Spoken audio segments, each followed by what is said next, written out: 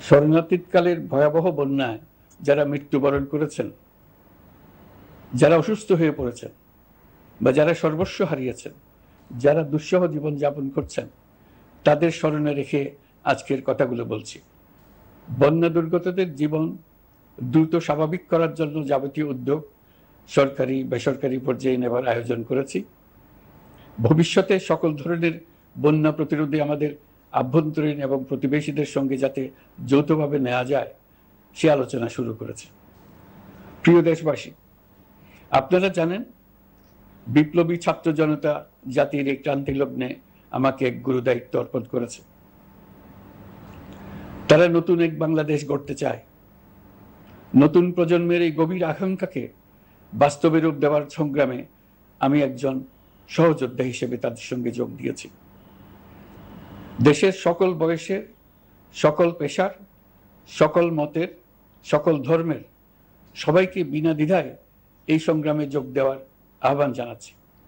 প্রিয় দেশবাসী, লক্ষ লক্ষ শহীদের রক্তের বিনিময়ে এবং লক্ষ লক্ষ মা বোনের আত্মদানের বিনিময়ে যে বাংলাদেশ আমরা পেয়েছিলাম তা ফেসিবাদ এবং স্বৈরাচারের হাতে ধ্বংস হয়ে গেছে।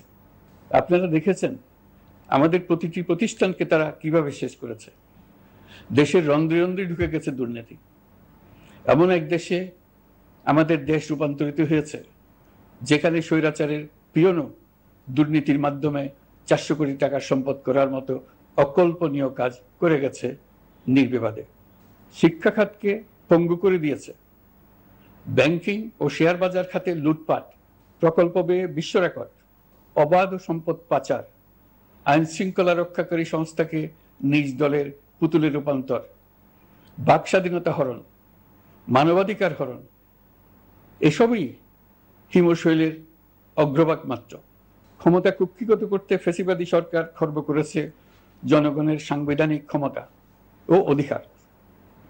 দুঃশাসন, দুর্নীতি, অন্যায়, অবিচার, নিপীড়ন, বিচারের নামে প্রহসনের মাধ্যমে জনসুরক্ষা বিপন্ন করেছে। জনগণকে নির্যাতন, বঞ্চনা ও বৈষম্যের মুখোমুখি দাঁড় করিয়ে দিয়েছে। নতুন প্রজন্মের মানুষ সহ কোটি কোটি মানুষের ভোটাধিকারকে বছরের পর বছর হরণ করেছে। মানুষের এগিয়ে যাওয়ার পথে সকল ধরনের প্রতিবন্ধকতা তৈরি করে স্বৈরাচার তার নিজের, পরিবারের ও দলের কিছু মানুষের হাতে দেশের মালিকানা তুলে দিয়েছে। প্রিয় দেশবাসী, কিন্তু এই দ্বার প্রান্তে দাঁড়িয়েই আমাদের গড়তে হবে স্বপ্নের বাংলাদেশ। বৈষম্যহীন, শোষণহীন, কল্যাণময় এবং মুক্ত বাতাসের রাষ্ট্রের যে স্বপ্ন নিয়ে ছাত্র জনতা আন্দোলনে ঝাঁপিয়ে পড়েছিল, আমি তাদের সেই স্বপ্ন পূরণে অঙ্গীকারবদ্ধ। আপনাদের সবাইকে এই শুভলগ্নে তাদের স্বপ্ন পূরণে সমস্ত শক্তি নিয়ে এগিয়ে আসার আহ্বান জানাচ্ছি। তাদের স্বপ্ন আমাদের স্বপ্ন। জাতীয় জীবনে তরুণরা একটা মহা সুযোগ সৃষ্টি করে দিয়েছে। আমরা সবাইকে সুযোগ ব্যবহার করার কাজে এগিয়ে আসতে আহ্বান জানাচ্ছি। গণরোষের মুখে ফ্যাসিবাদী সরকার প্রধান দেশ ত্যাগ করার পর আমরা এমন একটি দেশ গড়তে চাই যেখানে প্রতিটি নাগরিকের মানবাধিকার থাকবে পুরোপুরি সুরক্ষিত। আমাদের লক্ষ্য একটাই, উদার, গণতান্ত্রিক, বৈষম্যহীন, অসাম্প্রদায়িক বাংলাদেশ। আমরা এক পরিবার, আমাদের এক লক্ষ্য। কোনো ভেদাভেদ যেন আমাদের স্বপ্নকে ব্যাহত করতে না পারে, সেজন্য আমরা প্রতিজ্ঞাবদ্ধ। বর্তমান সরকারের দায়িত্ব গ্রহণের মাত্র 2 সপ্তাহ শেষ হল।